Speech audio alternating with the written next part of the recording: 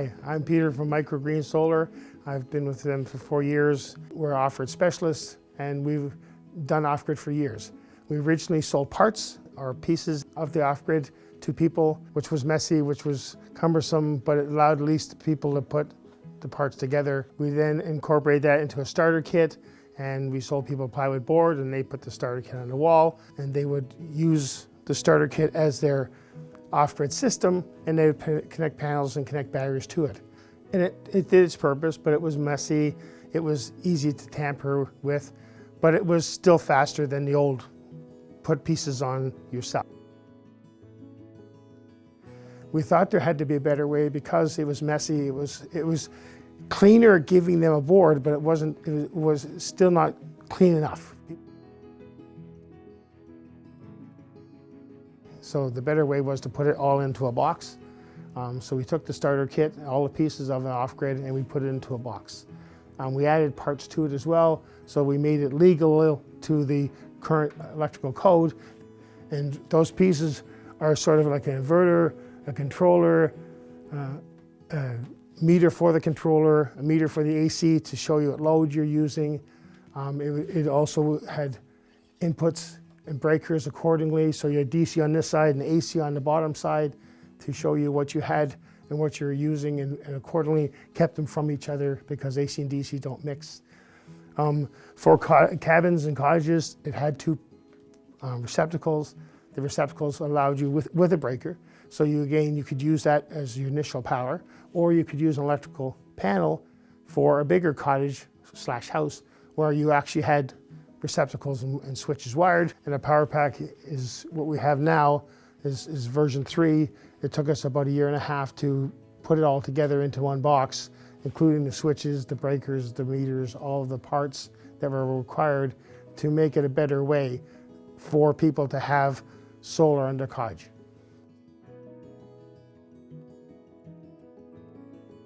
Because there's really 3 components to that, we'll show you what they are. This is an example of one solar panel. We give you 4 with a kit. They join together in a series parallel, which is series is joined together, or parallel is where they're positive and negative are joined. They eventually end up in 2 wires, which are MC4 cables that connect to the power pack. So the panels connect to the power pack that simply. That just snap and connect. The battery comes with negative and positive, goes down to the batteries down below. You connect 2 12s or 4 6s or 2 volts if you want, depending on how many amperage, together to give you 24 volts. And we have 24 volts. We bring 24 volts up to our power pack, and we have now a connected working system. Even if this wasn't here, the batteries would still operate the power pack and it would still give you AC. Only this is really used for charging the batteries. So in the beginning, just connecting the batteries in the power pack, you can have power at your cottage until it runs out. And depending on the batteries, it could be a day or 2 or 3. So in the beginning, when you're building your cottage, why have a noisy generator? Why pay gasoline? You're going to have off-grid anyway, so you might as well have it right in the beginning, and you can use it right from the beginning, from the get-go. But as soon as you connect the solar, you're now charging the batteries full every day as you're using it. It comes 120, 220 split, 4 kilowatt for the average cottage. There's also 3 versions of power pack. Once we got this all into a box and realized the 4K was the average size cottage, we led us to create a sort of a mini, a compact, and a grand. The mini was a 12 volt for cabins, for RVs, for boats, for tiny homes. It was, you can get DC 12 volt objects, and it would hook up nicely to the mini system. Same power pack. Compact was a 4 kilowatt system, 24 volts. The higher the voltage, the wattage, the higher the voltage has to be. So you go 24 volts to get 4 kilowatts. But now you could run what most houses or cottages have, and then it's a deep well pump, or that's a fridge, or whatever you want to, a fan, lights. It would run off of the compact. The power pack is a nice product because it can be used also as a backup as well as an off-grid system. So you could use it as a system to back up your house if the power goes down, or you can use it with solar to charge your batteries from an off-grid system. So either way, the power pack will work as a backup or an off-grid system. The power pack is the inverter, the controller, the breakers, the switches, the meters, all into one, so that when this hangs on the wall, all you have to do is go to the power pack and all of the answers for what you're doing are here. So you have a DC tells you what your DC in and your batteries. AC tells you what your AC is that you're using. So you can very quickly see if you're using too much, then you're taxing the batteries, you add more batteries. Or if your batteries aren't getting full enough, you add more panels, and then your batteries are full enough. So depending on how you would use the power pack, because you could maybe 4 come with a kit, but you could use 8 because you have a cottage that's a little bit more like a house. So therefore you have more panels. Or you use a lot in how appliances are hooked up, or you have many people at your house. So a cottage, you have 8 batteries instead of 4 batteries, because that way you'll last longer during the day and you are charging accordingly with your panels. So depending on how you use the power pack or use the appliances that you have in your house determines the size of the power pack. For example, this can be turned on, that can be turned off, and you can have certain parts of your house backed up, or you can have it actually hooked up to those things that are always running through this, and when the power goes out, it just takes over and keeps those things running. So it can be used as a backup as well as an off-grid system, or whatever you want. So it has multi-uses, even though it just says power pack, but it has multi-functions to it. It does have a 120-220 split, which feeds an electrical panel of any type. But at the same time, we have 2 receptacles, line 1, line 2, that are working accordingly. So you have 2,000 watts on each side, and you can hook up a device. So when you actually have the power pack ready, you turn the switch to on, and your DC will show you what your batteries are and what the DC panels are coming in.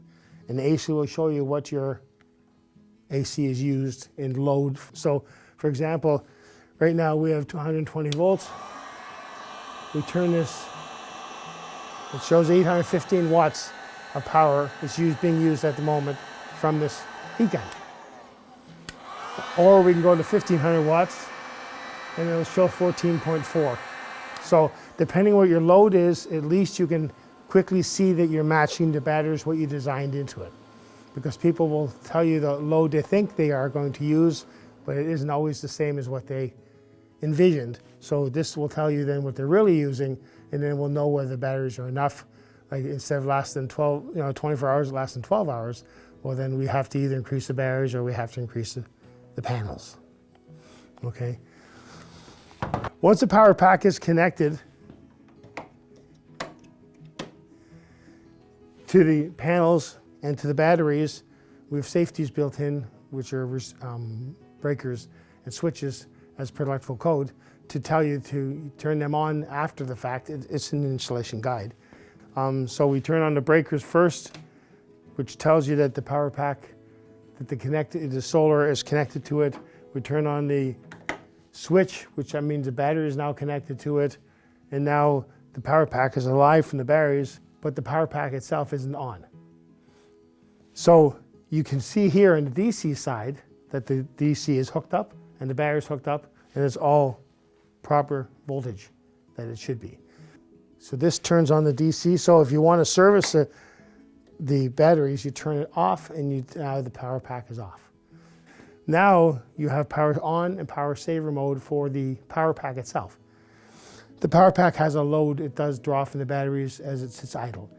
If it's going to be idle all night long, then you go to power saver mode, and the power saver mode uses half the power, and only it looks for loads. And if the fridge comes on, it goes on, it turns up, it turns off again when the fridge goes off.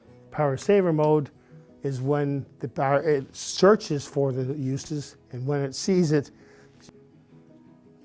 you can see the power saver mode, it is searching for the object, and if it's 60 watts or greater, it'll then turn the power pack on, and the power pack will stay on as long as it's on, and when it goes off the power pack with it. That's power saver mode. In power on mode, it's always on, and it's always going to work for you 24 hours a day. But like I say, if you're using it not that much, then why were you wasting that power? So we give you 2 modes to operate the power pack accordingly. And then the AC meter shows you what your loads are. It shows you your voltage, or it shows you your power, and it shows you what you're using comparatively. So you'll know then if the batteries or pounds are enough once you get to your cottage and you hook it up compared to what you thought you were using. So customers can use more than they realize. So a house is just going to be more load. So it's going to be more like a 10 kilowatt power pack, 120, 220 split, but it's going to feed more watts depending on your load.